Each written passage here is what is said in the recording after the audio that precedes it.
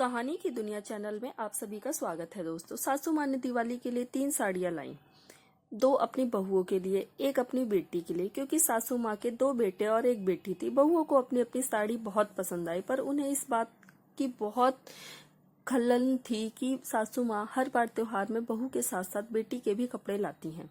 इस बार उन्होंने बोल दिया, दीदी की शादी को इतने साल हो गए, आप अभी तक दीदी को त्योहार पर कपड़े क्यों देती हैं? सासू माँ ने जवाब दिया, हाँ तो मेरे 3 बच्चे हैं, 2 के लिए मैं लेकर आऊं और अपनी बेटी के लिए साड़ी ना लाऊं? मेरे जीते जी तो ऐसा नहीं होगा। इस पर बड़ी बहू ने बोला, लेकिन यह सब तो शुरू शुरू में होता है, शादी के इतने सालों बाद कौन देता है? सासू माँ ने बोला, मैं देती हूँ, यह तो मेरी मर्जी है और मेरे जीते जी मैं देती रहूंगी। छोटी बहू ने बोला, हमें तो हमारे मायके से अब नहीं मिलता। सासू माँ ने बोला, वह तुम्हारे माता पिता जाने, मुझे उससे क्या। मैं और पापा जब तक जीवित हैं, जैसे तुम दोनों को दूंगी ऐसे अपनी बेटी को भी त्योहार दूंगी। लेकिन दोनों बहू आज सासू माँ से बहस के मूड में थी, क्योंकि उन्हें पसंद नहीं था कि सासू माँ अपना एक भी पैसा अपनी बेटी के ऊपर खर्च करें।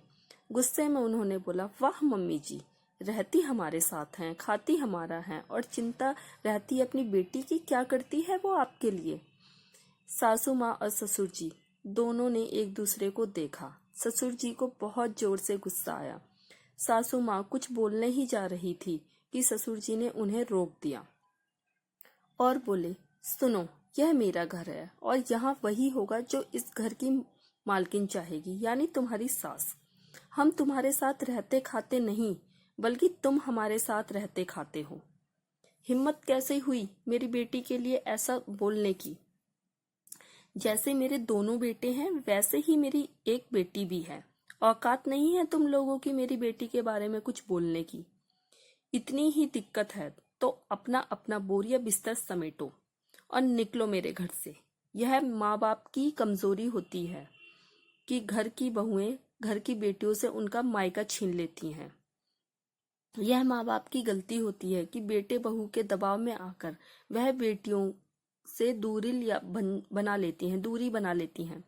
लेकिन हम वैसे माँ बाप नहीं हैं। हमारे जीते जी हमारी बेटी को देंगे भी और उसका जब करेगा, जितना दिल करेगा उतना वह अपने मायके में आके रहेगी भी।